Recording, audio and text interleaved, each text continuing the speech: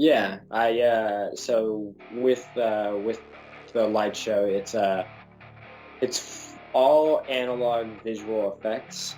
Um, I use primarily mineral oil, isopropyl alcohol, glycerin, and water as like my liquids, along with some oil dyes, watercolors, alcohol dyes, all kinds of different pigments and stuff like that. But so I live capture and mix different techniques and project it onto a band. So, like, the art form started in the late 60s with a gentleman named Bill Ham. And he did it on overhead projectors, and I started on overhead projectors as well. But they just take a lot of power, and Boston's an old town, so a lot of the small buildings don't have the power that I need to do overhead projectors. But uh, yeah, I basically just use a camera, like several cameras on different effects, and then I have a video mixer that I use like a green screen effect. That's the only digital effect that I use in the light show. So everything that is on screen is being live captured or is like live feedback where I'll have like a camera facing a monitor. And so it's just, sending it back into itself. But everything within the light show is live. There's no pre-recorded video. I don't bring a laptop. I don't have like a VJ software or anything like that. It's just two hands and a half a brain. But yeah, that's kind of what the show is. It's mostly liquids visually. Yeah, it's now with the video feedback, I'm getting more texture type stuff in my show, but really it's a lot of blobs and stringy kind of flowy things, and um, yeah, it's hard to explain what it would look like because it is psychedelic in nature. But yeah, it's just a lot of blobs. Hmm. Yeah, I like scrapped a script I was writing just about shows in January, and I was trying to describe the light show, and I'm like, imagine you're inside of a tie-dye shirt.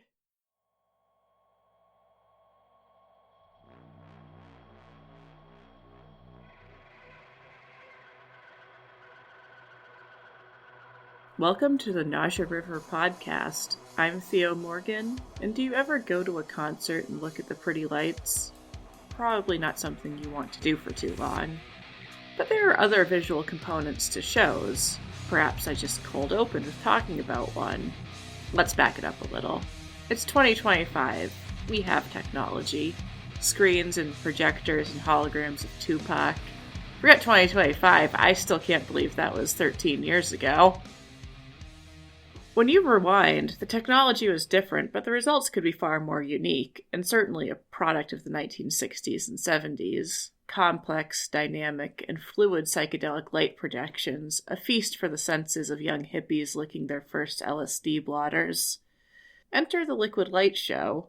Before the advent of CGI and Photoshop plugins and me goofing off with the fractal generator and GIMP, the innovators of the Liquid Light Show watched oil and ink flow between two panes of glass and shone a light through it. The results were trippy, even if it sounds cliche, and it used to be a lot more popular. Somehow it eluded me, even as the curious child of boomer parents. They were a little too young for peak psychedelia. They came of age in a cocaine world instead. The art of the Liquid Light Show hasn't completely fallen by the wayside. It's just more of a niche hobby now for its remaining enthusiasts. Joshua White, of the eponymous Joshua Light Show, spoke to Rolling Stone magazine in 2017 about the matter. It's hard to find more contemporary sources on the state of the show now, and hopefully Joshua is enjoying his retirement if it's truly over. But in that year that feels so close yet so far, it had become a curiosity, projecting groovy visuals for a few art rock bands in the New York City area. Meanwhile, in the past, he had provided visuals for Janis Joplin, The Who, and Frank Zappa. Yes, there are modern liquid light show enthusiasts in the same persistent camp as vintage watch guys, ham radio operators, and my cousin who was on Antique Roadshow. I mean, the world can feel so isolated and atomized and downright ugly. For me, a small concert with a one-of-a-kind light show is a much-needed remedy to all that. But what are the odds of this unique art form still existing in Boston? We're not as big of a city as we think. And not just in a moderate-sized city, but finding home in the metal scene of all places. So, I'm Theo. Who are you? I'm Shane McConnell with the Dregs Liquid Light Show. Meet Shane McConnell, the man behind the light, regularly sharing bills with Boston's doom and stoner metal acts, noise rock, and other thematically weird projects. In some sense, genres that are a natural successor to the acid rock of a time gone by. If you've been to any doom metal show in the past couple of years, you've seen Shane. Either you are a diehard who smiles when they read the Dregs Liquid Light Show on a poster, or you are a Amon Ra and primitive man like the rest of us. He's a concert regular in all senses of the word, so naturally we get along pretty well. One of the follies of doing an interview is that it's completely unscripted, and lots of details about what my subjects do is left out so we can rank Bathory albums instead. Liquid light shows are a whole other level of niche above listing out metal subgenres, so forgive the format here. Let's continue about the art. Yeah, there you go. Yeah, it's like, if you were, I know a lot of other light show people kind of hate this uh, comparison, but yeah, it's same kind of idea. But like if you were inside of like a lava lamp, right? Like, uh, it's it's that kind of lava lampy kind of feel. You can do that within the light show, but we are not like we don't have just that technique. And so that's where like a lot of other liquid people get like, don't call it a lava lamp. And it's like, well, if you need to communicate something and that's the way they can grasp it, like just use that. And what I thought of, those toys where it's like you have two separate wells of like colored oil inside water, and you like flip it over and like the beads strip out. Yep, exactly. Yeah. I love those things. Yeah. So like technically I could just send light through that, capture it with a video camera, and send that through. That would be like a very weird dare for you. I mean, it's funny. So within like the like doing projections and stuff like that, everything I do gets destroyed immediately. So it's all of the moment.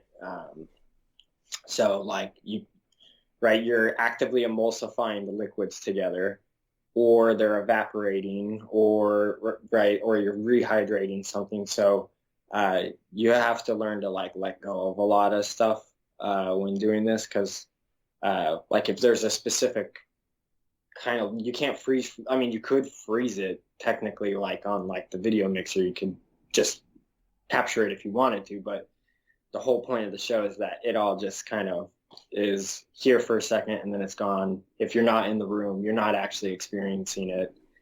So like, yeah, I'll totally take some weird little gadget and like put it in front of the camera just to see what happens and experiment with that kind of stuff. I have like a resin pot leaf that one of my friends, Erica from Restless Spirit, she made me this like really cool resin pot leaf. And I use it to like focus all my lights and stuff like that. Or like if like a band has like, bong or weed in the name, I'm totally putting that down. So yeah, I'll use like weird little implements or like diffusion screens or refractal, like what is they're like the little things that you put in the mirror like as a kid, and like once the light hits it, it like does like a diffusion refractal thing where it like turns it into rainbows. It's like a Lumia technique. So I'll use all kinds of like little, then those are like children's toys, but they're a visual toy. So it's a technique that I can use within the light show to fuck with shit, That's pretty cool. And like I didn't want to use the kaleidoscope comparison because it's just like too sharp. Yeah. Well, I mean, you can do that too. Like other light shows that utilize more digital effects. There's like kaleidoscope effects within like the video mixer. So you could, Hmm. or like a VJ software, there's programming within that. So you could totally just take the same image, kaleidoscope it 100 times around, and like send that through. And there's people that do it, and it's trippy as hell. But that usually will utilize a like a computer program. So with my show, I don't do any of that kind of stuff. You could actually use a kaleidoscope like kind of tube, but you would actually lose a lot of light going through it. So you would either have to have like a super powerful camera or like a crazy powerful light to kind of get all the way through it. But yeah, I would imagine that, yeah, you could totally just like telescope you know, uh, kaleidoscope onto and if a camera and just do it analog as well. I would imagine it would work. Hmm. Yeah. No, it's interesting to hear how analog it is because like before I saw your setup, I thought there has to be a Blender plugin somewhere, and like I think a lot of the art of Blender plugins is cool because it is, it being this open source wild west of 3D software. Like there is a lot of homegrown stuff, but very different realm Mm-hmm. from. After this, it's a pretty normal conversation between Shane and I. I hope you enjoy.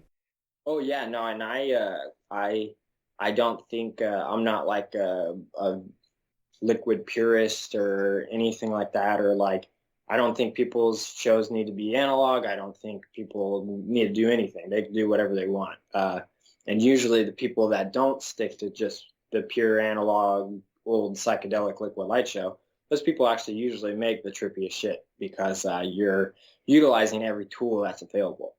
I in my art, I'm purposefully deciding to limit what my tool set is, right? And so that's going to kind of uh, build its own character on what I'm doing. And then as the years go on and I fine tune this, if I'm staying in within these parameters, I'm going to, in theory, be pushing what can be done within those parameters, right? So with everyone else, like I'm totally jealous of like the glitch people because they can like on a dime completely switch the whole vibe.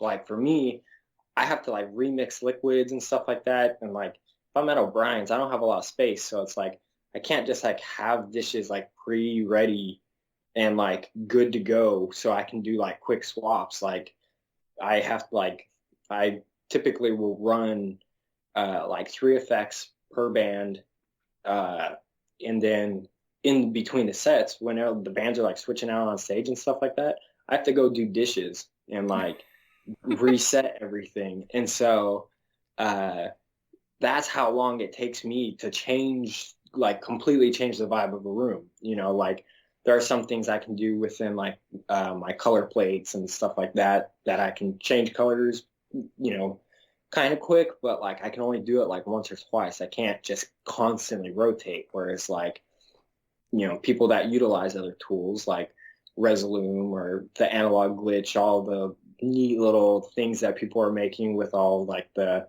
circuit bent, circuitry and stuff like that. I think that stuff is like crazy fascinating, and what they do with it is way trippier than what I do with my stuff, in my opinion. But I just am kind of honing in on something, and yeah, have like an obsession of trying to do like a specific thing. And so I'm gonna stay in my lane, but I'm gonna watch everybody else in their lanes and be like, fuck yeah. So, how and why did you get into this in the first place? Um, so why is more important than how, I think, in my case. So for me, this is how I add value to my music scene. So I love music. I love going to shows. I love supporting bands. Music's usually what gets me through my day. But the light show allows me to kind of add value, hopefully bring people to shows and stuff like that. Because I do play bass, but I'm not a great musician. I've never been. I likely will not be. It's not, as I'm getting older, I'm starting to want to do more music stuff, but uh, the light show was something that allowed me to participate. And it really kind of changed like how I interacted at shows and stuff like that. Like I've been going to shows before doing the light show for a minute, and before the light show, I had a small record label where I was putting out, records and tapes and stuff like that for a few bands. So I've always like kind of participated a little bit, but with the light show, it really kind of kicked off. And then, with the light show, I'm doing kinetic abstract expressionism. So the room vibe is important because that's my muse, right? So like the more I know the music, the more I enjoy the music, the more I can kind of get into a spot where the creating is just free flow. It's not, I gotta, okay, what are they doing here? What do I gotta do next? What's like if I have to think of a lot while I'm doing the actual light show, the show ends up being worse. So within that, I was like, well, I can start booking my own shows, kind of curate my own shows, hopefully show people new music, new local music that's, stuff that they're into. And yeah, kind of help out the scene a little bit. And so started, I think like 2 years ago or so, started, putting on a few shows at O'Brien's and a couple other spots around town. But yeah, for me, the why is I don't want any of this stuff to go away. And all like anything will go away, like in this world. Like venues are going to go away if people aren't filling them.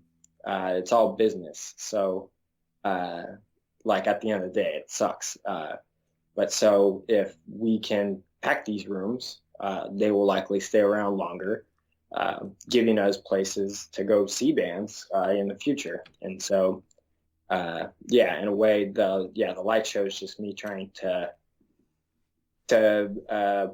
play a part in keeping all this stuff around, because cool stuff doesn't have to exist.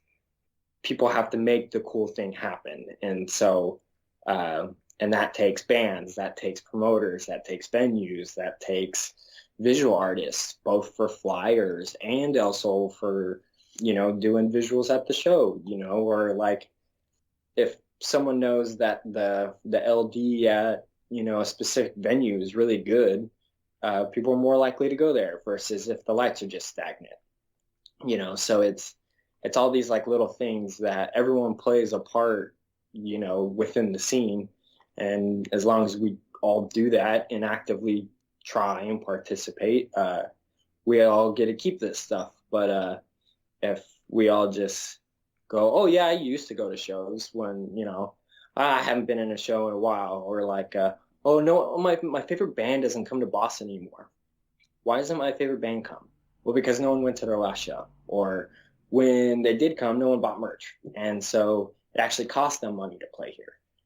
So, right, like all of it is business, unfortunately. So it's like if we don't participate, if we don't actually support, you can stream music as much as you want. And I am a music streamer. I'm not, I don't own everything I listen to on Bandcamp. Like I just listen to too much music. I switched over, off of Spotify to like a different service that pays people more. But for me, like I'll go to your show, I'll buy your merch, I'll buy your record, right? Like that's how, I can support the band in a real way.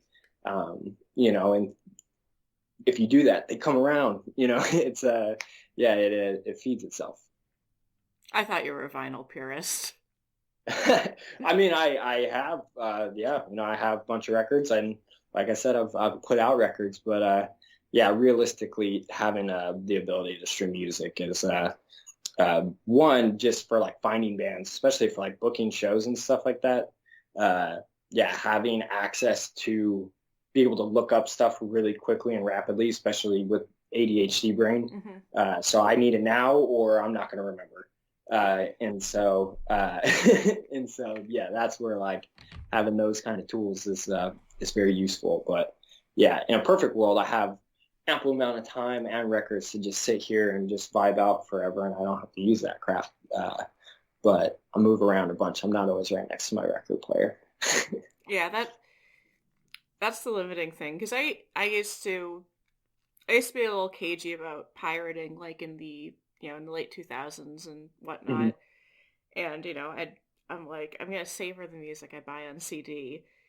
And Hmm. like at least you could say like you could have a portable CD player, but those things would skip like all the Yeah. time. Because I'd often I was 14. Of course I couldn't drive. I was in the backseat of my mom and dad's car trying to listen to Megadeth, So Far So Good So What, and it would Yeah. just like skip every 5 seconds because we went over a pothole. Yep. Yeah. No, it's yeah, the technology is great and bad. It's like yeah, it's we get excellent clarity on our music, but the artists don't get any money. Uh, it's yeah, it's a shit trade off. Yeah. And then I did But have a very big pirating era. yeah. Of, Oh, I mean, yeah, that I was. mean, I think that was most people said that every listen to. millennial. Yeah, yeah. I have plenty of. Uh, I remember like on a little MP3 player where you would have the band like 3 or 4 times just because like the name was spelled slightly different each, or like the capital was different on the Yeah. name. So you'd have like 3 or 4 of the same band. You're just Yeah. like, oh, like, which is that album in the third one or is that in the second one? Yeah, Uh, that stuff got me good at editing metadata for files. That was like baby's first look into metadata. nice. Yeah. I'm a caveman, so I have not once meditated. Yeah. Yeah, it was an interesting era. You're never gonna replicate that. Like, Yeah. I thought it was funny that vinyl came back. And like for, you know, collecting and making money and having a physical copy of stuff, I think it's great that vinyl came back. Yeah, no, Like if I had a record player, they're like I would not be like a vinyl purist, but there are things I'd probably want on vinyl just kind of for the aesthetic of it, or just to show I'm yeah, a big fan. yeah, no, it's like I heard like someone was like collecting records is like a poor person's art collection, Yeah, and right? cassettes are Because like the poor person's vinyl collection. yeah, So I do well, have it's a like decent amount of cassettes. well, like I'm yeah, trying to just poach. having the physical media. It's like so what for on a record you spend like 20 to 30 bucks, nowadays for a record. Uh, you're getting the music, right? That's on it, obviously, but then you're also getting the art that is the record, Yeah. right? The cover of it, usually the inside, if it's a gatefold or something like that. There's an insert, so there's typically, like 3 to 10 artists that are impacting this single piece of media, right? And Hmm. so if you have that, you get a more complete vibe of the band, right? Like the band thought about the art that's going on to the record or in the record or on the sleeve, right? It's a full package into their kind of idea of what this project was to be for them. And it's funny because I couldn't afford records and going to shows. And so I was like, I can either do one or the other. And so once COVID hit, I obviously wasn't going to shows. And so I was like, finally I can start going to records. And I was completely correct when I said I could not afford to do both because now I'm addicted to buying records. I still go to shows. Now I have no money, but but I do have a lot of amazing art that I get to experience, which is excellent. Yeah, some of those records they cost as much as one or even like two tickets if you're like Oh if you're yeah, counting no, just, cover fees at O'Brien's or something. yeah. There's definitely some labels that I don't buy records from just because they are so expensive. And which I hate because those labels they have like a lot of bands that I really like, so there's just a lot of records I just can't afford to have. But yeah, above $30 for like a single LP, I physically can't afford that. So I try to put caps on it just because otherwise it'll just take off and I yeah, won't have any money. Yeah, so while talking to you, I thought of two maybe contentious topics. I'll start with the one that branches off of something we just mentioned like 10 minutes ago, about the small venues. So you know how the the concept art for the new Great Scott was released kind of recently. Yep. I want to know your thoughts, especially because O'Brien's is very much impacted by that. Yeah.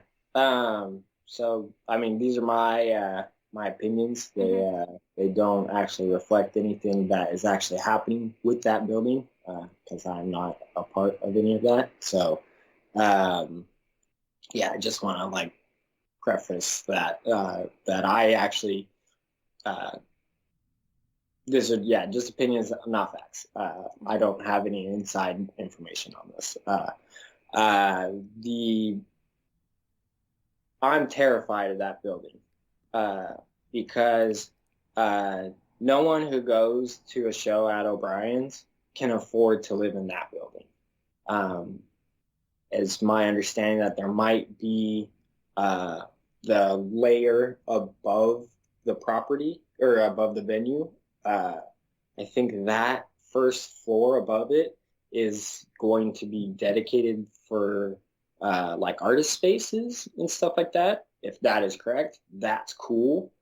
Uh, the thing that I'm worried about is with the height of the building, there's going to be a lot of tenants, and there's a chance that the tenants will make more money for the property than the venue. If that's the case, then the problems and uh, worries of the tenants become more important than the venue because ultimately money is going to drive a business person's decision. I know that the owner is like the original owner of Great Scott, Ann O'Brien's, is still within all of this process and stuff like that. But I do believe they are also doing business with a bigger kind of money aspect. Once again, they're building a massive building, not just a massive building in Boston, right next to freeway conjunction and stuff like that. I can't imagine this is cheap. So this is not like the owner of a 75 cap room rebuilding a thing. They're tied in with other people, and that's why it scares me. Like, uh, are there going to be noise project like noise bands or like extreme or experimental metal? Right, that's a lot of the music that I work with. Like I love like noise and like crazy ass doom shows and stuff like that. Are they going to let us do that on a Wednesday night, till midnight, because there's now a couple hundred people living above the venue? Uh, and so like, yeah, I get worried about that kind of stuff because you can say, we're going to have this spot. But yeah, I just come from a background of things being removed. And so I am very worrisome of, I'm not going to see this picture and be like, oh, wow, all this opportunity is coming to the musicians. Like, realistically, those apartments are going to cost like $3,000 to, $3,500 each. Like, there's no way, someone who plays at O'Brien's is paying that for rent. And I just it makes me scared a little. But yeah, that's my opinion. I hope it's amazing, and I think like I would love for them to just feed me my own words and create this beautiful art haven in the downtown Austin, that would be the sickest thing in the world. But I'm a skeptic. But no matter what, we're getting 2 venues out of it where there's currently only one. So in the like mid long term, it's going to be good no matter what, because we'll have those spaces. But yeah, long term, I'm like, I don't know. This is kind of, I don't know. I'm a little paranoid, I guess. Yeah, I miss the Great Scott, so that's like I'm both like emotionally attached to it coming back, and also like this doesn't look like it, dog. Yeah, like it's not going to be Great Scott. It's going to have the name Great Scott, Yeah. but Great Scott was that was my favorite venue when I first moved here. That was the first place I saw a show. Who'd you see there? I saw Conan there. Okay. Yeah, no, I luckily to see them there twice. I saw Monolord there. Yeah, that was kind of like the first place that I would go to shows around town was there at Great Scott. And yeah, now it's a Taco Bell. I used to love Taco Bell. Now I hate Taco Bell. Yeah, I was hungry after a show recently, and like it was one of the last places open, and it felt terrible to go in. Yeah, no, and the worst part was, I ordered Crunchwrap. It wasn't even properly sealed. It fell apart. Oh, damn. Not to spec Crunchwrap. It's just like this tragedy. You had one job inside the hollowed out corpse of the Great Scott. Yeah, you can't even honor the corpse of the Great Scott by wrapping this Crunchwrap properly. Yeah, it was not good. But, I'm still surprised no one's played in front of the Taco Bell yet. Ooh. Like, this is a call to action. There's a Taco Bell in the Midwest that actually puts on shows, and we haven't even had a show at a Taco Bell that stole a venue from us. So I don't know why punk rock sucks around here, but yeah, someone should play a show in front of Taco Bell. Yeah, I have enough musicians listening, so this is a call to action. Make this the people's Taco Bell. I will get a generator, and we'll make it work. It'll be a cool thing that happens, and but yeah, we need more stuff like that. Like, no one wants to do stuff like that around here. I know. So my other question, it does involve a short story from me. So like the largest show I went to last year was Opeth at the Palladium, and they employed a lot of visuals like on a projector screen, and I thought that was cool until I realized like 30 seconds in you used AI. Like they used AI, and like it took me out of the moment. I couldn't get out of my head. Like I was looking at the screen for the whole show, and I'm like, can I recognize more AI on this? And you're an artist. I'm sure you have thoughts about AI, but like, have you noticed the issue of like AI and in the and like other people's visual acts and stuff like that? Yep. Yeah. So AI is a tool, just like everything, right? So kind of going back on the things that I talked about with like doing digital glitch and stuff like that versus like me using liquids. When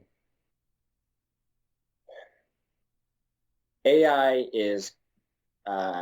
poses a lot of different layers of stuff. So on the base level of artists feeling like their art's being stolen, you're correct for sure. But if you put your stuff on the internet, it's getting stolen. Ask any photographer, they'll tell you that. So if you're worried about your stuff being stolen, just don't exist on the internet. That's my thought on the stealing aspect. people that make AI art. What that to me is like, if you only make AI art, you've never made any other art outside of using AI to create pieces. Um, you are stealing uh,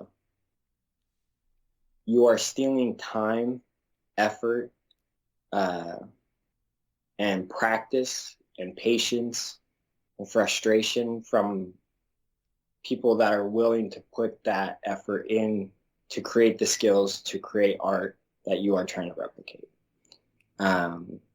That's how I feel about people that just specifically only use AI art. If you use AI as a tool to create your art, it's only one aspect, but it's not the art, right? Like people use it for ideas, and then they'll create their own art, not even using the AI art, right? They'll just use it to like propagate an image that sparks the creative process within themselves. You know, cool. You're working with a tool. You know, that's it is a tool that is accessible. I think I don't use AI, or I mean, AI is integrated into our lives at this point, right? If you have a cell phone, if you're on the internet, you use AI. Period. The end. The search engines are now being controlled by AI stuff. So if you are on the internet, you're using AI. So you can't be an anti-AI purist and exist in the modern age without utilizing the thing you hate. That's just what it is at this point. But yeah, so like if you are using AI like within your art, like it's a tool. It's part of your thing. If that's your thing, that's cool. But you are feeding a machine, right? Because every time you use AI, it learns from that situation. When you click your preferences of what looks good, what doesn't look good, you're teaching AI how to do that. Ultimately, rich people are going to use this to circumvent artists, right? So for a lot of people, art might be the way they get out of poverty, right? Like just doodling in a notebook for years to be able to draw, right? And then that could get them a job as an illustrator that pulls them out of their situation. So now if a rich person can just use AI to create that illustration instead of hiring an artist to create that illustration, they get to circumvent having to pay someone with skill. That's what it's going to be. That's the free market, right? Like they're going to use these things so that they don't have to pay artists, which are usually people who, at least most artists I know, are not rich people or come from money. Art is an expression and also a means out of their situation.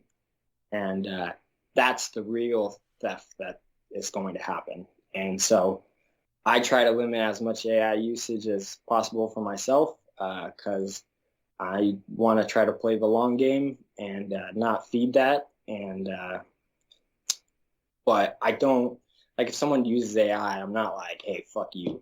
I'll try to, if you want to listen to my shit, I'll inform you on my opinion. But I'm not going to tell someone how to be, they got their own thing going on. Yeah, it's a tool. How much you want to use that tool is up to you. But yeah, it's a polluter. It ultimately will destroy working class artists. And you have an opportunity to engage with it or not. Cool. I mean, it is what it is. Yeah, like it's my in our lives at this point. Yeah, it's like for me it's kind of sad, like you can't really like put the genie back in the bottle with that. Yep. Yeah. Um Yeah. I'm not a graphic designer either, but I do a lot of tech support. I do tech support for a college, and one of my big projects is forever our graphic design lab for the graphic design program. Mhm. And they had to grapple with Photoshop, including AI features in their stuff.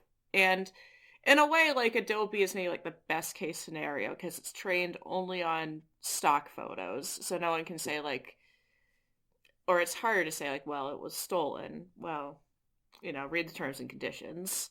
Yeah. Um, Yeah. and like for the class, they teach you how to more responsibly use it, like to touch up existing photos or to add Mhm. elements to existing images. You can't just generate slop and get an A. Yeah. Yeah. And Using it as a and tool like for your art, yeah. but So not in having. a nice in a better world, that's like that would be the main use would be like along Adobe's model, and it sucks that that's not going to happen. Yeah. But I can also see like old photographers from back in the day being like, well, you could have found an analog way, or like you could have spent the time to actually hmm edit the photo. Sorry.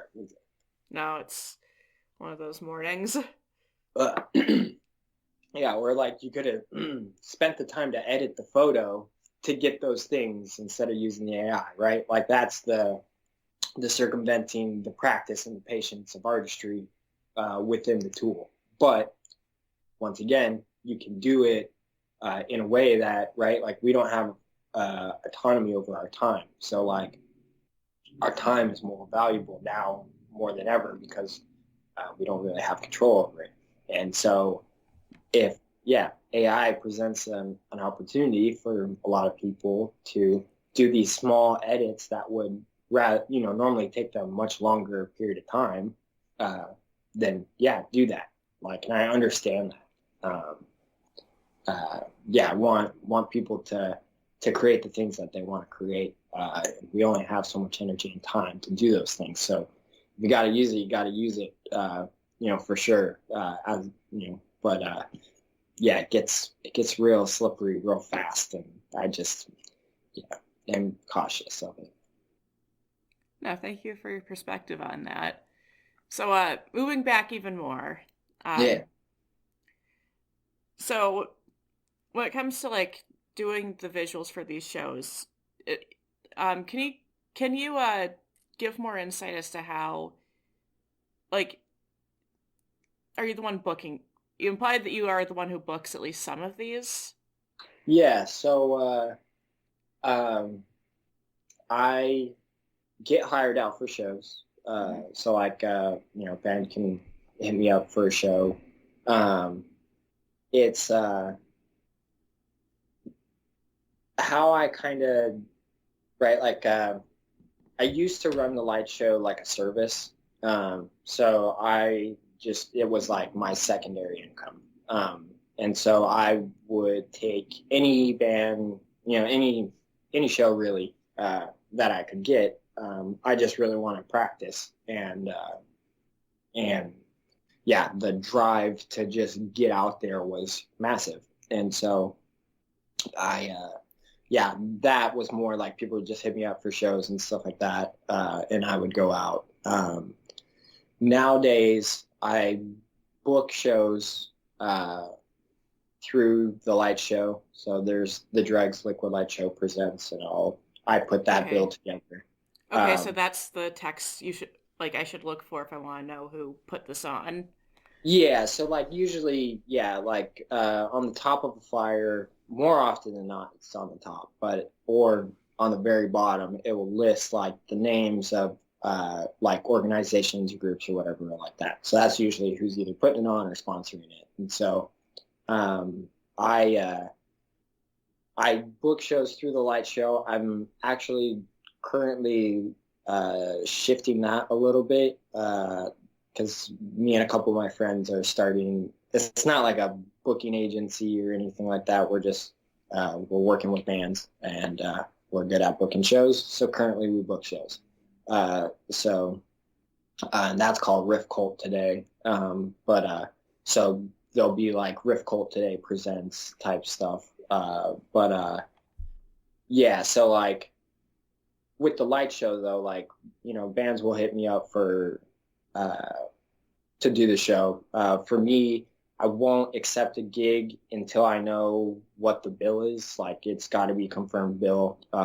If a band hits me up just solo, uh, I won't lock that lock that in typically, just because, kind of going back on what I said earlier, uh, I do kinetic abstract expressionism. The vibe of the room is important for me, because uh, yeah, if I'm not into the music that's being played, it shows in my hands, right? My hands are physically the thing that creates the visuals that's happening on the wall.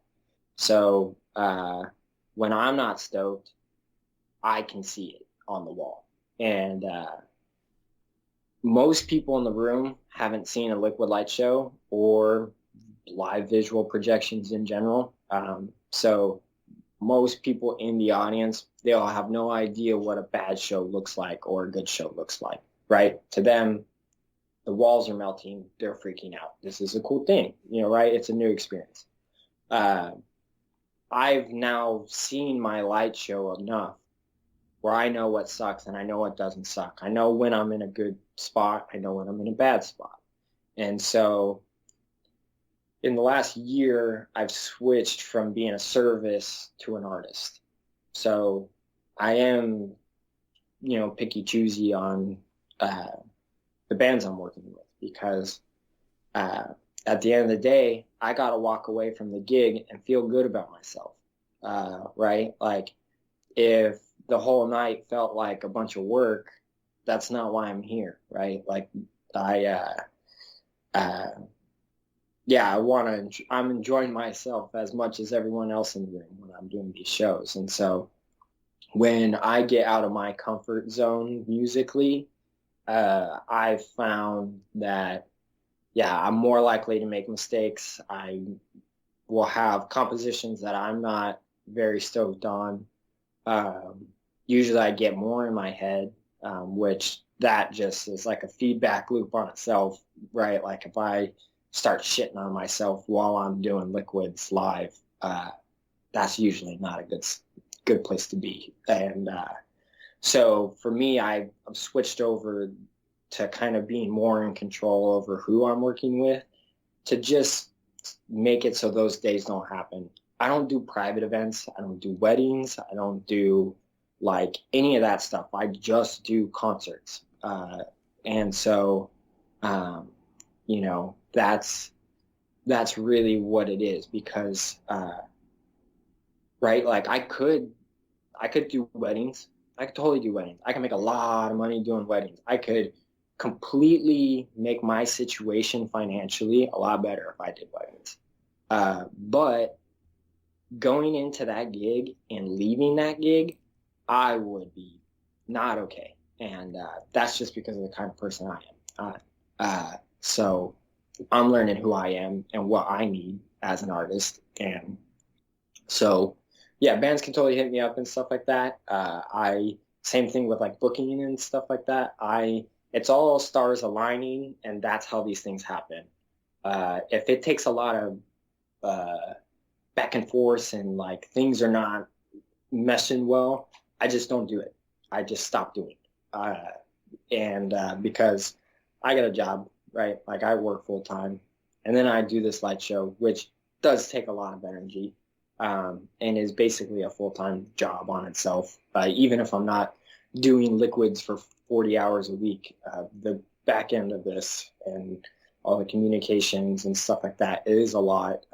And yeah, doing the social media stuff on top of all the in-person things, yeah, it's a lot of work. So when things aren't butter, I just go, nope, sorry, just because I have limited amount of time that I can give to stuff.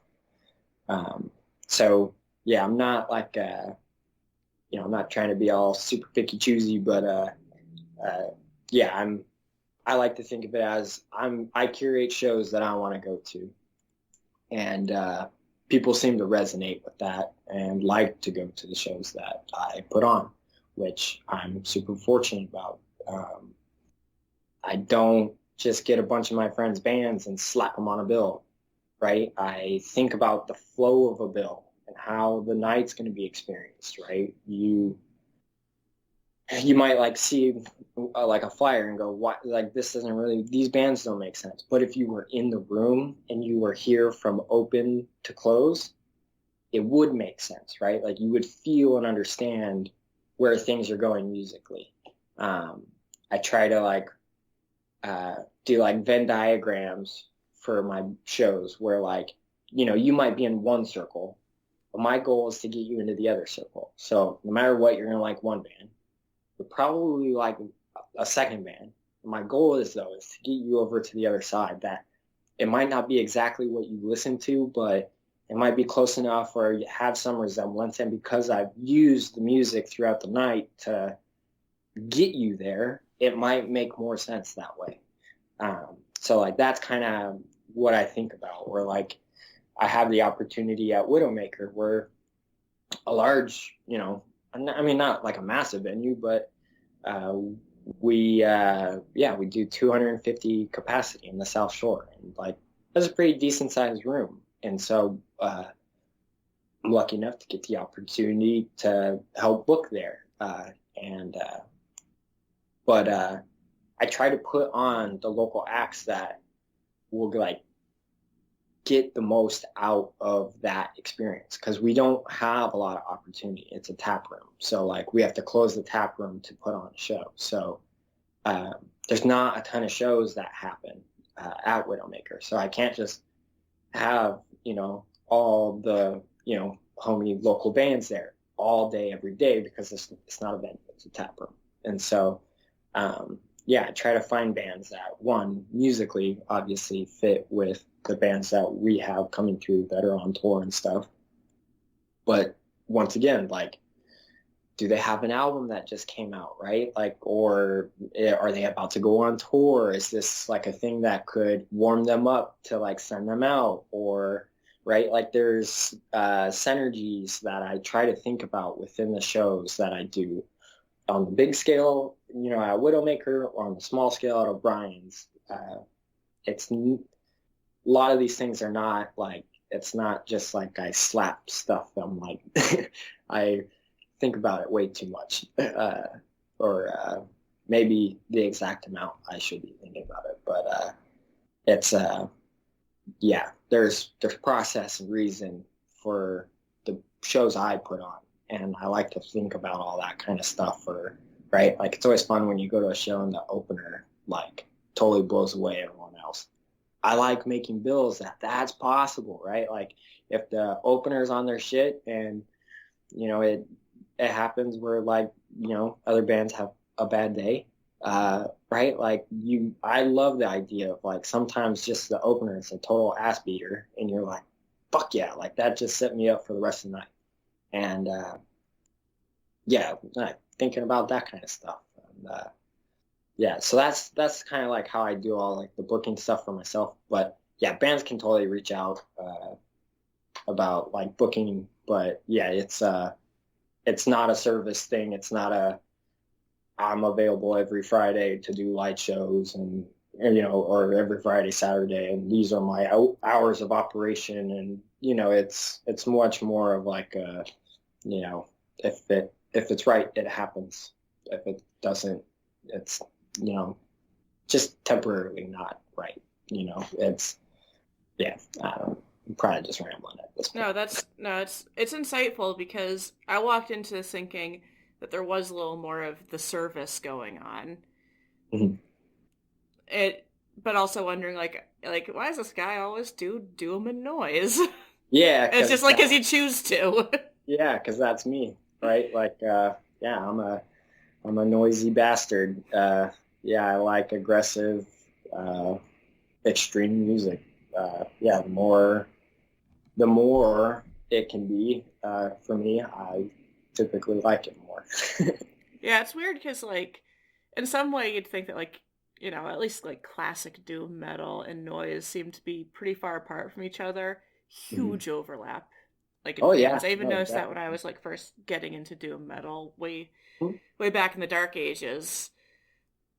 Yeah, And I no, think it's and like I think maybe it's the pipeline, like you maybe start liking Boris or Sun, mhm. and then you're Yeah, like, what could be this but faster? yeah, exactly. Or like, right, like yeah, the Melvins, they made noise Hmm. and sludge. And like it's like you either slow down and you go sludge, or you speed up and you go noise. And Just there's so just a dial for it somewhere. yeah. Yeah, exactly. Yeah. Yeah, it's just the difference between 45 and 33 RPMs, you know.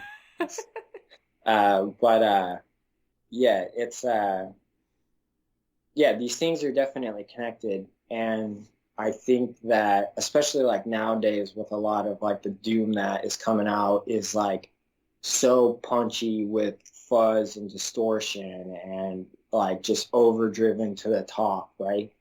So that's even more akin to like the noise rock, noise Hmm. metal dudes and that kind of stuff now than it's ever been, because they're also very send it to the top, over the top, distortion, crazy breakup, and guitar and bass tone and stuff like that. And yeah, so like now it's even getting even closer together. I don't know. It's a good time to be into music.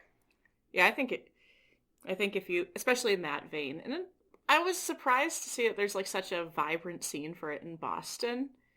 Yeah. Last place I'd expect it, because growing up, I'm like, Massachusetts is for metalcore, and metalcore isn't quite for me, but it did kind of start here, so I Yeah, no, respected that. metalcore and hardcore definitely, yeah, very strong in Boston. The doom and noise scene is definitely here and has a good presence. Um, I'm always a fan of like let's get more, more, more. Like I want more good bands. I want right like I think that we can build something really cool here. You know, in a despite the fact that there are like spaces being removed and all that kind of stuff. I think yeah, if we fight back and make a lot of music and make a lot of good music, I think that we can do really cool stuff just on our own. There's tons of good metal and like kind of doom focused music festivals within our area, which is very cool. Like I'm part of Hop Smoker Fest Hmm. at Hop Smoker or at Hop Smoker at Widowmaker. But there's also Summer Gloom, which happens in August, Hmm. which is around Somerville, and they've been doing that for a couple of years now, and that's a heavy show every time. Kind of mixed bill, Hmm. ebbs and flows between different stuff, but yeah, absolutely beautiful bands that play at Summer Gloom. It's always a good one. And Hmm. then we have in Western Mass, we have RPM, which is also a very cool experience if you haven't been able to go. I went to the last year only, but it's a cool little weekender out in the woods. They have like two stages and with like minor overlap on sets and stuff, but it's just kind of cool walking back and forth between the spots, and they have artist markets and stuff like that. But more so, the community around that event is really spectacular, with just everyone camping out together in the forest and stuff. But yeah, so in Boston, we do have like some pretty decent size, indie festivals that attract some pretty solid talent. We got some cool stuff happening out here for sure. But I'm always fighting for more cool stuff. I want as much cool stuff happening in my town as possible. Hmm. Yeah, so I'm familiar with Summer Gloom because I've been. RPM Fest has been a dream of mine for a while. You It's got to go this year. I need to catch, like, my issue is I need to catch a ride. Yeah, Like, no, I'd pay for gas I money. I'd let you share my tent, yeah, whoever this rider is. Um, I think there needs to be like a ride to RPM kind of group chat Yeah. or like, Someone, we need to yeah, find whoever has one of those old VW buses. there you Like, go. for the vibe. Yeah. Come on. Oh, yeah, no, definitely. Just roll out. Yeah, that'd be pretty fun. Yeah, and for Hop Smoker, this segs into something I wanted to ask you just about stuff you're looking forward to in the future, show wise. Hop Smoker caught my eye because I was hours away from being a 420 baby, so all the cool like stoner doom stuff happens right around my birthday, and it's Oh, that's awesome. awesome. Yeah, Um, and I really have to pick it. I really have to pick and choose which ones I do. yeah. I'm thinking I still have the first day. What would be the first day of Hop Smoker free? That's one where you Hmm. have resin. Love Yep. resin. Yeah, very Um, excited to jam with that. but like what? Like, can you talk about that and anything else you're really looking forward to? Yeah. Yeah, so Hop Smoker is kind of my it's like one of the highlights of my year, just personally and as an artist. So last year was 2 days, 10 bands, which is fun for me because it's 10 very, I mean, not super different bands, but they all kind of fit within themselves. But we usually do kind of themed nights. So uh, this year we have 3 nights. So we have kind of just uh, like a sludge kind of stoner metal night with Swamphead opening the festival up, and then there's oh, crap, I can't believe I'm already forgetting this one. But the second band is on tour with Resin. I think it's like Hex something. And then there's Resin's headlining the night, which I'm very excited for Resin. I missed an opportunity. I said no to an opportunity to do lights for them because I was not familiar with their music, and I did like a 10-second listen. And Resin is not a band you can do a 10-second listen on. And so I listened to it and I was like, this is all right. Like, this is cool. But once again, this was like me phasing into like, I'm an artist. I don't just take anything like, but I went to the show because I like going to shows. And so, just didn't work out with doing the lights and stuff like that. But I want to experience experience the band and experience the art. And they absolutely blew me away. So I'm super like, yeah, I had no idea that they had a sax player. So when he pulled out a saxophone and I was high as balls, uh, I freaked out. And it works perfectly. Like they meld it together so good. So I'm very excited for Resin for the opening day. Uh, Day two, that's going to be like our stoner night. So we have Earth Lore opening up, who won the Hop Smoker Invitational. Um, and so they'll be opening up for Bone Church, which is a band out of Connecticut. They do like heavy blues. But yeah, very much like stoner rock, but it's fucking heavy ass blues. I love Bone Church. We've had them at the brewery in the past. And then we also have Restless Spirit and Howling Giant. Those guys seem to be like on a lot of stuff together, but they're excellent stoner rock bands, heavy psych, uh, super good. And then headlining that night is Castle Rat, which I got to see them at RPM Festival this last year, and they absolutely blew my mind at RPM. I hadn't really listened to the record, and but I wanted to make sure to check them out. And Some seriously heavy riffage. It's crazy how heavy their riffs are, and they have like an awesome like theatrical like stage performance as well, where they have like set pieces and like their set tells a story, and it's like a whole thing. It's a really cool experience, and Yeah, I'm excited I got it. to do that. I was talking to someone else about their RPM uh, slot, and so they and they got Guar comparisons, Mhm. and like So fun. I I can understand that. My only Castle Rat story is I had no idea there's anything theatrical about them because I was it was that night, September 15th, when Mhm. they were booked in the same night in the Middle East that Amun Ra was, and Yep. I didn't do the double bill. I made a decision. I'm like, I'm not missing Primitive Man, I'm not missing Blackwater Holy Light. Yeah. Like I that's bought it. this hoodie that night. Oh yeah, yeah. You were. I think I do remember. Like in hindsight, I remember seeing you there, and Yeah, like no. it's It weird to was say that cool. They because it had was a a big for show. that night too, which that was really cool.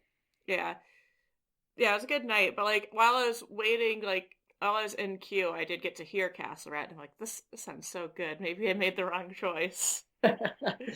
Yeah, I think honestly, if I had not seen Castle Rat like just right before, I actually probably would have been at that show because they also played with Green Lung, who I hadn't Yeah, seen. that was that was Um, but such a hard decision.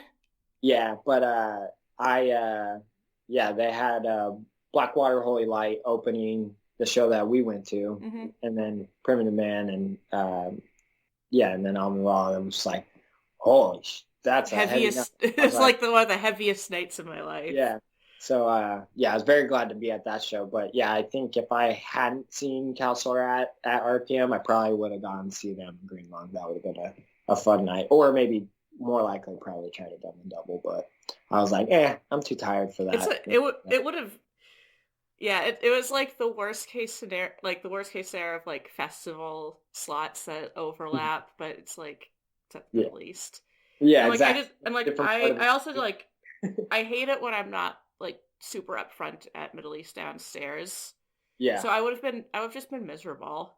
Yeah. Yeah. Yeah, cuz like it's so long and narrow and I'm not very tall, so Yeah. it's You just either got to be right up front or off onto that left side. yeah. Yeah, it is what it is. Yeah. Um and for hop smokers, their stuff on Oh the yeah, and then 19th the as third well. day, yeah, and then third day we have is more like a thrash kind of hardcore day, because we are combating with elders playing in the city. Uh, Yeah, and sorry to say what I got tickets to that night. we were very thankful that they announced that show when they did because we hadn't like finalized when bands were playing, and so we were like, oh, let's not put the Stoner Day the same day as I Elders. know. Let's move that to the day before so Yeah. that Although now that Elders sold out, some yeah. people might be itching for a backup. Yeah. So for the thrash and hardcore night, we have Hell Captive who won the Invitational day one, and then we have Mourned. It's a death metal band. They have a killer new album that came out last year, or was it this year? Actually, I think it was this year, or I don't know. Either late last year or this year. But yeah, them Leather Lungs playing, which they always get rowdy, and then we have Enforced from Virginia, which they played the brewery a couple times. Super awesome people. Always love having them around. And then headlining is High Command from Worcester, and those guys really know how to party. Yeah. We I actually have yeah, a I'm seeing them. I'm actually seeing them tonight because they're opening for oh Fuming nice oh Mouth. yeah, you found a female mouth, nice, cool. Yeah. Yeah, I got the tickets last minute. I was so glad they didn't sell out. Yeah. Yeah, no, I was actually kind of surprised that that show didn't sell out Me too. well, because yeah, that bill is pretty stacked. Yeah, But it's gonna be yeah, a we lot of actually fun. have a can of Sakartha, which is the collab we did with Widowmaker and High Command. There's a can of that someone threw in the air during the show, and it's still in the like support beam. It's like stuck in the. We're just gonna leave it there and see how long it I'll can have to fucking. look for it whenever I go to Widowmaker. Yeah, but it's yeah, it's just like a beer can that we have hanging out. But yeah, those guys are super fun. We love having them at the brewery. They played Hop Smoker the first year, and then we actually did a show with them before they went out to Europe last year. So that was a lot of fun. Cool. Anything else upcoming at Widowmaker or any other venue you are Yeah, working with? actually, depending on when this comes out, we have February 22nd, Hmm. we have Worshipper, Roadsaw, and Summoner. Super stoked on them. Luckily enough, got to do lights with Worshipper a few times now around town, and did Summoner last 2 years, Hop Smoker Fest. Those dudes are killer. I wish they'd come back and play all the time. I think it'd be really good for our scene. But yeah, very stoked on that show. And then actually on St. Patrick's Day, we have at Widowmaker, Horrors is playing with Facet and Bedtime Magic. And that's going to be one of those really noisy shows. And Yeah. I'm stoked on it. Yeah, I want that one. That one really surprised me because horror is like, I'm not gonna say they're the most popular band ever, but they are known and renowned enough to have made the Rolling Stone top 20 metal albums list. Oh, yeah, no. And And like and I'm like I'm they like rip live. and Uh, Shane from the Liquid Light show's doing this. Yeah, no, Like, it's gonna be a lot of fun. They I got to see them when they were on tour with a band called Bummer. But that show was super cool. That was at Middle East Up. yeah. I Yeah, was sad love to miss that it. one. I think there's just too much going on for me. Yeah, and it's funny. I feel like in Boston, I mean, this might be just how things are in general, but I feel like shows just come in waves where They like really they'll be do. like, yeah, like there'll be like 2 weeks no shows, and then one weekend there's like 10 shows over 3 days, and then you're just like, all right, well, I'm missing one, and like the worst part about doing the light shows is that I miss shows that I want to go to, and that's Hmm. also part of me being more picky choosy with shows. It's like I'm now missing a bunch of shit that I want to go to and participate at. So it was playing like RPM during Bongzilla's set. They lost power several times, and it got to the point where Mule Boy was like, "Guys, I Hate God is playing in my hometown right now, and I'm here with no power." And that was like, I was like, oh my God, that's it. Like, that's the thing, right? Like, there are some days where I'm like, damn, I'm missing this fucking crazy ass show across town because, in the earlier days when I would take music that I don't identify with or vibe with, right? Like, I would take these shows and then I Hate God would be playing, or something like that. And it's just like, I'm sitting there doing liquids, being like, I'm not having my mind blown right now. And like, and that just runs in my head. And so, uh, yeah, yeah, I don't know. Yeah. I think even like for the whole hop smoker thing, like I say I'm gonna try and make the 17th because there's stuff happening the other 2 days. Yeah, yeah, It's just like it is not a hit on anyone. It's that mhm.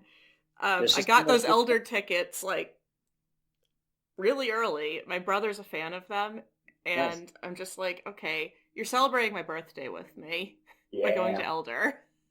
that's a good birthday. And then like I was thinking, I'll do the 18th of Hop Smoker because I want to see Castle Rat, and I vaguely know the live drummer for Restless Spirit, so Oh, cool. Oh, yeah. yeah.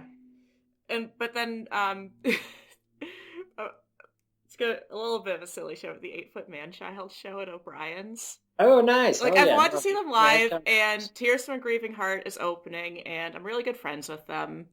So yeah, I'm just no, like, I'll go Tears there. I'll heavy bring as some fuck. baked goods. We can celebrate my birthday. Like That'd be it doesn't have to be about me. It's just like I want an excuse to bake a bunch of key lime bars for everyone. oh, nice. Yeah, no, yeah, that show is that is a good bill. Yeah, Have you ever worked with 8 Foot Man Child? I have, yeah, no, I've worked with them a couple of times. Yeah, I've worked with them at the Bang Space. yeah, no, I'm friends with them, and I run into them at shows all the time. And yeah, no, they're all excellent. Yeah, I'm definitely interested in them live because recorded, it's a very interesting idea, Mhm. but I feel like Oh, it you lose some of the impact. yeah, no, live it translates a lot better, right? Like Yeah. with a lot of wind instruments, Hmm. there's more live mixing within just how you play the instrument, and they are all fantastic at their instruments. Hmm. So yeah, seeing them live is a treat for sure. Yeah, Uh, Resin walked so they could run. exactly. Yeah, and it is funny too because like even like Blue Manic, which is another local band, um, they just recorded some new music, and more recently are performing with a saxophone player. So it's coming. It's coming Yeah, for us. I love this. I love the sound of. I'd say like most brass and wind instruments, but like it's the saxophone and the trombone that I go crazy for. Like those two Yeah, specifically. They hit a sweet spot. yeah. No, I'm a fan of saxophone, but yeah, I think with stoner metal, especially if you kind of hang out in like the space realm kind of aspects, uh, saxophone can be a beautiful thing that uh, provides like a fresh kind of Yeah. sound, to a genre that usually does get kind of played out. Hmm. It's usually big burr, go burr. I do want trombone to be used more because, like, the song that made me love the sound of trombone, it was the closing track off Sun's Monoliths and Dimensions, Alice, and it closes out with this beautiful trombone. It's just Okay. like, yeah, why aren't more bands doing this? Because it means hiring someone else. Because people are cowards. Yeah, because there probably aren't tons of metal trombonists or people Yeah, open minded enough to think like I'm doing drone trombone. yeah. The Tron drone. Yes. Yeah, no, we need Tron drones. Imagine running a trombone through a life pedal. Just send it to the sky. Who cares? I hope the right people are listening. Yeah, no, it's it's a good idea. I think people will either are probably. I mean, there's probably someone who's already freaking Trandroni right now, actively. Please contact my podcast. I need to talk to you. I need to ask why. Yeah, that's these are the stories we actually need. Honestly. Yeah, so I know I'll be at the Worshipper show, and I hope to Sweet. get this out before the 22nd so people can join me for my vibes. Hell yeah. Yeah, no, Because, like, it's I don't know too many people going to it. yeah, I it just know you and Steve.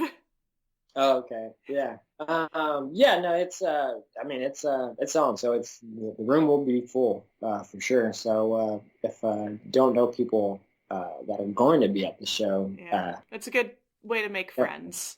yeah, exactly. Yeah, Like and there's gonna be a lot of good people. mhm. All the people in the bands playing are super rad. And so yeah, it's gonna be a fun night with excellent vibes. Yeah, and I want to go to the horrors show. Monday shows are I don't know, Yeah, man. they're on tour. That's why it's happening on Monday. Yeah. Oh, I'm glad Yeah, you're able to that out. do that. Yeah, Because like I guess it's easy. It sounds like it would be easier for local bands to make something work with you. You don't have to worry about touring a schedule all the time. yeah, exactly. But yeah, when we're trying to fill our, you know, this, and also we're in the South Shore, so Hmm. new venue in the South Shore, and relatively large size. So it is. I'm not gonna say it's hard to pack that room, but you have to think about what you're doing to make sure that that room's packed because once again, like it's a tap room, not a venue. So if the shows don't make tap room money, eventually the shows might not happen, right? Like Hmm. that's just how business works. And so, yeah, so we are lucky to now kind of get on the radar for touring bands where they're they're asking us to play, which that's a good spot to be in. Definitely. You know, yeah, because before it was just like, oh man, it would be really cool if this band played, and then you're just sending emails into the wind and trying to, set some up. And interviews. yeah, and so like a lot of people, if they don't know you, they don't know if you can help that band out for them, so it's but we're starting to build trust within those communities, and people are seeing what we're doing, and they they're either thinking it's rad or resonating with it or whatever. But yeah, we're getting to the point where people are hitting us up, and it feels good. Nice. Thanks once again to Shane of the Dregs Liquid Light Show for talking to me. Catching me at Worshipper on February 22nd will be easy. Catching me playing hooky from work to get to the Horrors show on March 17th is trickier. Look, it's a hike to Braintree, but I'm an advocate for looking outside of the box for shows. Plus, the non-alcoholic menu at Widowmaker is shockingly long and dignified, so what if the red line slows down dramatically past the JFK UMass stop? I'm Theo Morgan. Have a good night, and remember to hug your friends. All right. Thank you for talking. Yeah, no, thank you for having me. This is I love having the opportunity. Yeah. It's a unique perspective. Like, I definitely tend to talk to more musicians, but it's the other stuff can be just as fascinating. And unlike, say, just someone who books shows or maybe like works in the studio, this is original art. Yeah, I appreciate that. I mean, yeah, it's I don't know. It's all necessary, and there's a lot of overlap, but yeah, every aspect of making these things happen. Without one aspect, the whole thing doesn't work. So I very much appreciate everyone else doing their aspects of this, and that's one reason why I like doing podcasts or interviews and stuff like that, because if you all aren't talking to the bands, getting the information from the bands, putting this information out for people to get interested in these bands, right? Like, this is part of all of the ecosystem of a local scene. And so participating in this stuff is important. And I see doing stuff like this just as much as like putting a show on to make all of it's necessary to make a healthy music scene in your community. And all it takes is just doing it. No one told me how to do any of this stuff. I imagine no one taught you how to do any of your stuff. Nope. You just have to push through the uncomfortable parts and understand that what you're doing is worth it.